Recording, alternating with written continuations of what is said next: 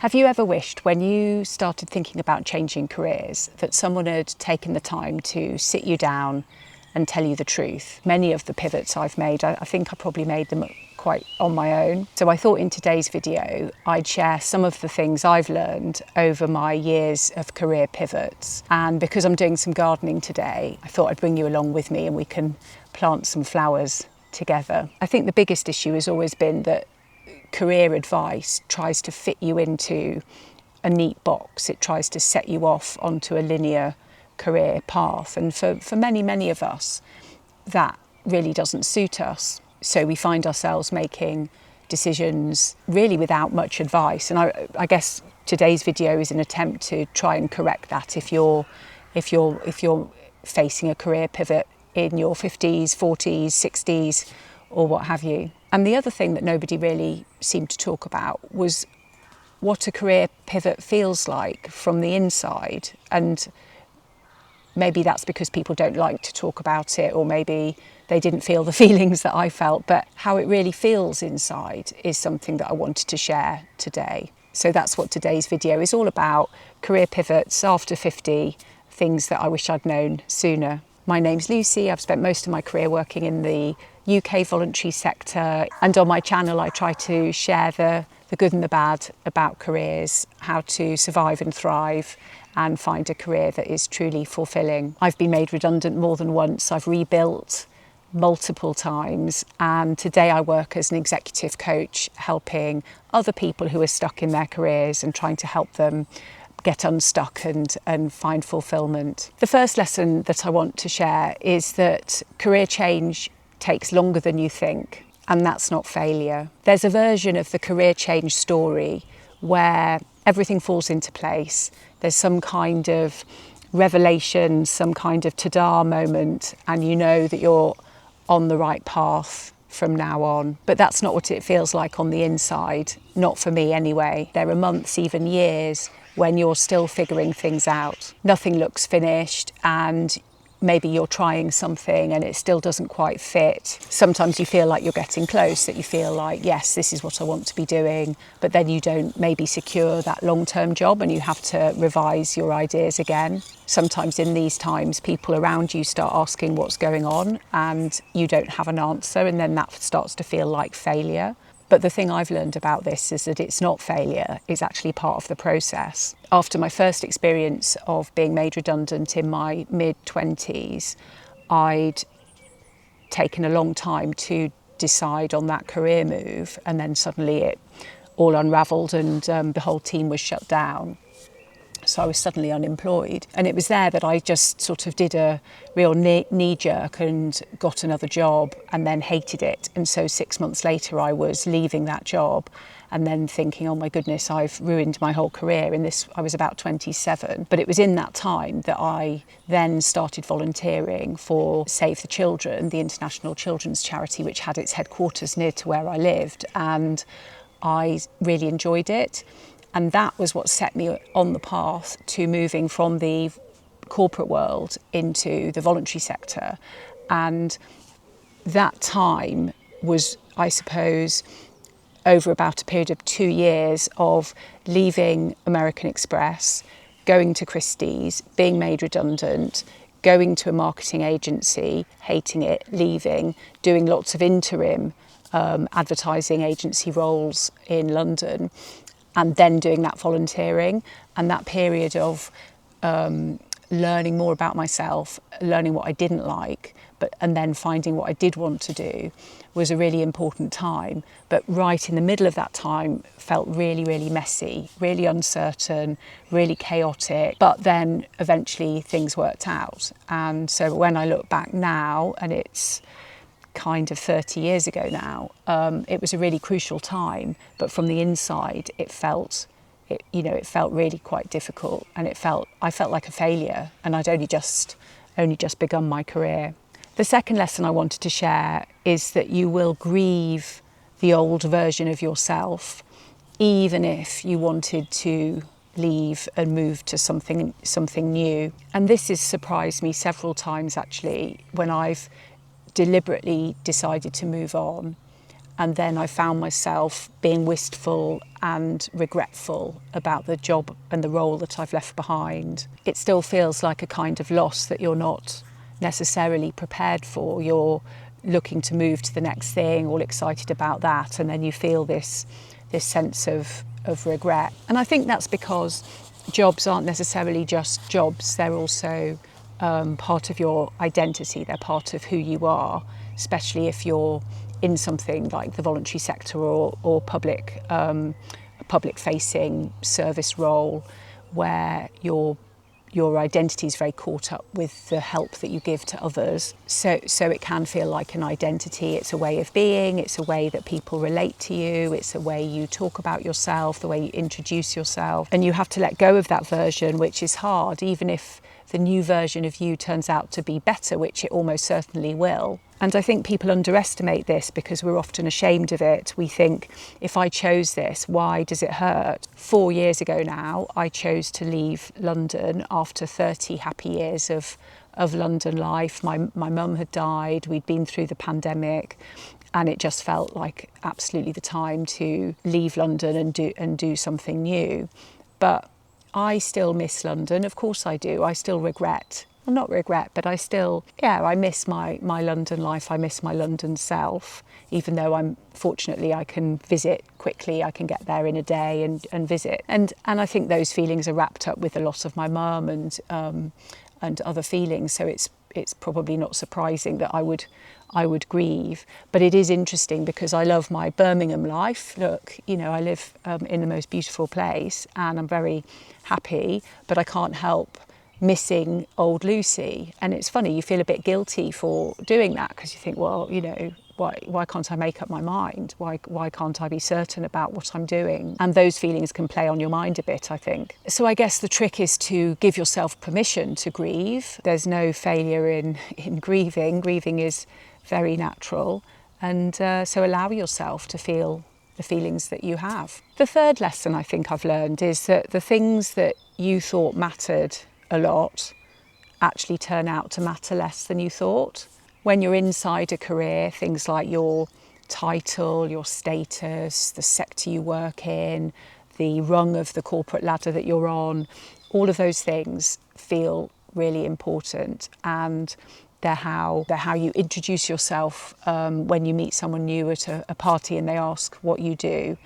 They're the way that other people relate to you. They're the title that you put on LinkedIn. They're the bio that you share if you're speaking at an event or something. So that description of yourself feels important. They're where you once thought you should be. But if you step outside it for a bit, even for a short time, you start to see yourself differently. And that's not to dismiss what you were, because it mattered and it was who you were, but there can be many versions of you. In my own rebuilds and pivots, I've started to value different things, and as I've got older, as I've thought about things differently, thought about how I want to live differently, things like having time in my day to smell the roses, literally, has become more important. Time was when I was working really long days, didn't think for a second about smelling roses. Time has become a much, much more important commodity in my life than I think it was. Partly as I've got older, as you've got less time does become more precious, but also I think my priorities have shifted. I think about this a lot, that in a way I've become less ambitious as I've got older. I had certain things I wanted to achieve in my career. I achieved them, realised that actually they didn't particularly make me happy, and I've stepped away from that sense of on to the next thing, climbing up the ladder, and now I'm really content in myself. I think what I've realised is that those other things, those status symbols, those titles, they don't make you happy.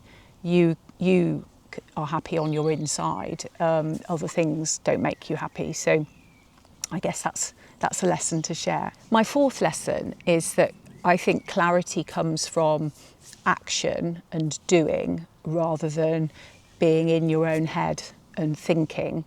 I think you can spend an awful lot of time thinking about what should I do, and to be honest, I used to spend lots of time with these ideas going round and round in my head. But it was only when I stopped for a minute and started doing other things that I let my mind wander, and I released that endless sort of merry-go-round of thoughts. I'm sure I've talked about this multiple times in previous videos, but when I was in one of my career pivots, I spent a lot of time at the allotment weeding. In fact, over the last few years, I've learned how much being close to nature and having my hands dirty in the soil, how important that is to my mental health. And what I find is if I spend time weeding or gardening or planting, my mind just wanders and I'm at peace. And that has been a really precious antidote to times of uncertainty and times of sadness. And so, that's partly why you're out here in the garden with me now, to kind of live this with me, because it has been a very important ingredient, I think, as I've done career changes, or because it's doing things with my hands means that my mind is free and I'm able to dream, I suppose. And also, I think it's taught me just how important having access to this is, and so it's something that's kind of now a non-negotiable for me. Will probably continue to grow literally as in my life, and hopefully grow in beauty. When you're at a crossroads, I think the instinct is to think harder, to do more research, and the answer will come. But clarity, in my experience, is almost never the result of thinking. Thinking only makes me more confused, I think, as the ideas go round and round in my head. But doing really helps, and maybe you take a piece of work and realise halfway through that it's boring. Maybe, you help a friend who's doing something completely different and notice that work really energises you. And, both of those experiences are information that you can draw from. And like I say, when I was doing my pivot from corporate world to charity world, those interim and freelance jobs I didn't really enjoy, if I'm honest. They taught me quite a lot about what I didn't want to do in my day. And that was really helpful learning for the future. And I could have just stayed in those jobs. And I'm so glad that I'm a bit contrary, and I don't compromise. So I didn't stay in those jobs, and I moved, did that volunteering, and then got my first paid job at what was the Prince's Trust, and he's now the King, so it's now the King's Trust. The fifth lesson is that sometimes it's the people around you that will find your career pivots or your career indecision harder than you will, in a way.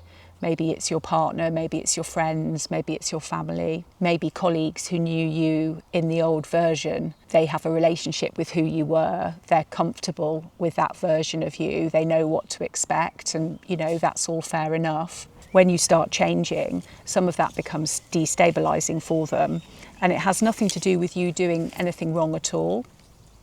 You might find that people are more cautious than you about a decision that you've already made. Maybe they're more worried, more attached to the stability of the version that they knew. And it doesn't mean that they don't support you. It often means that they do, and they're scared of what the change might mean, just in a different way. I think being able to see that for what it is, they care for you, they're worried for you. So if they're hesitant, that's not a reflection on them or on you. It's just that, an expression of that care and that love. The sixth lesson I want to share is that the next version of you, the version of you that you build after this pivot, is almost certainly built on stronger foundations, because you've been through all of this thinking, you've been through all of this change, so you're stronger. So I thought I wanted to end on this one, because in a way it's the most important. By the time you're changing direction in your 50s, you've got tools and experiences that you simply didn't have when you were younger. You know yourself far better than you did back then. you know yourself really deeply. You've probably been through some tough times. You know what you will and you won't put up with.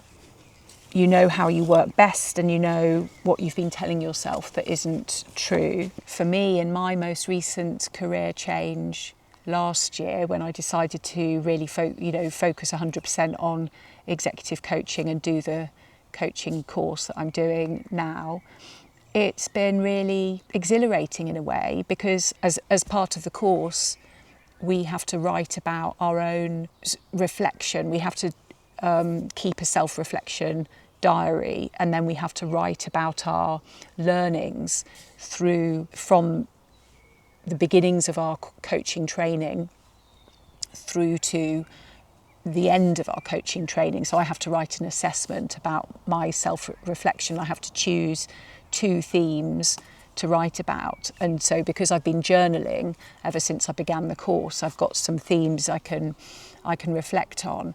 And so it's been really refreshing at this old age, to be kind of digging deep into my own reflections and thinking about what I'm learning and what I'm thinking, what I'm finding hard, what I'm finding interesting. And so it's been really refreshing to be learning again, feeling new again, doing something new and different again. And I'm nearly 60 now. I turned 58 not a week ago as I record this video, so 58 years old, and still learning, so that's got to be good. And so that's my final lesson today, that a career pivot and a change, it's not like it's some sort of admission of failure or a consolation prize or a second best. It's actually building on what you've done before and everything fitting together and being part of your next thing. So whether that's something completely different from what you've done in a previous career, or it's something that more relates to things you've done in your previous career, I think it's all connected and it's all part of your own unique journey, and it's something special and something to be proud of. So if you're in the middle of a career pivot right now and it feels long and it feels messy, feels scary, feels uncertain, I want you to know that you're not alone. I hope some of these reflections are helpful and help shine a light on some of the things that you might be thinking about. If you've enjoyed this video, please do subscribe. It means a lot to me when I see my numbers ticking up. I know I shouldn't be vain, but it is really exciting when I see my channel growing. If you think that there's a friend of yours who's going through similar situation and they might find the video helpful, then do share it with them. I make new videos every week. Every Wednesday I upload a new video. Let me know if there are topics you'd like me to cover. I get so many brilliant ideas from the comments to my videos. If you're interested in working with me one-to-one, then you can apply for that. The link is in the description. And I've also got a workbook about career change, and it's called Should I Stay or Should I Go? And it gives you a whole set of questions to work through in your own time, which might help you make up your mind. And lots of people have downloaded that and say they find it really helpful. So thank you for watching, and see you next time.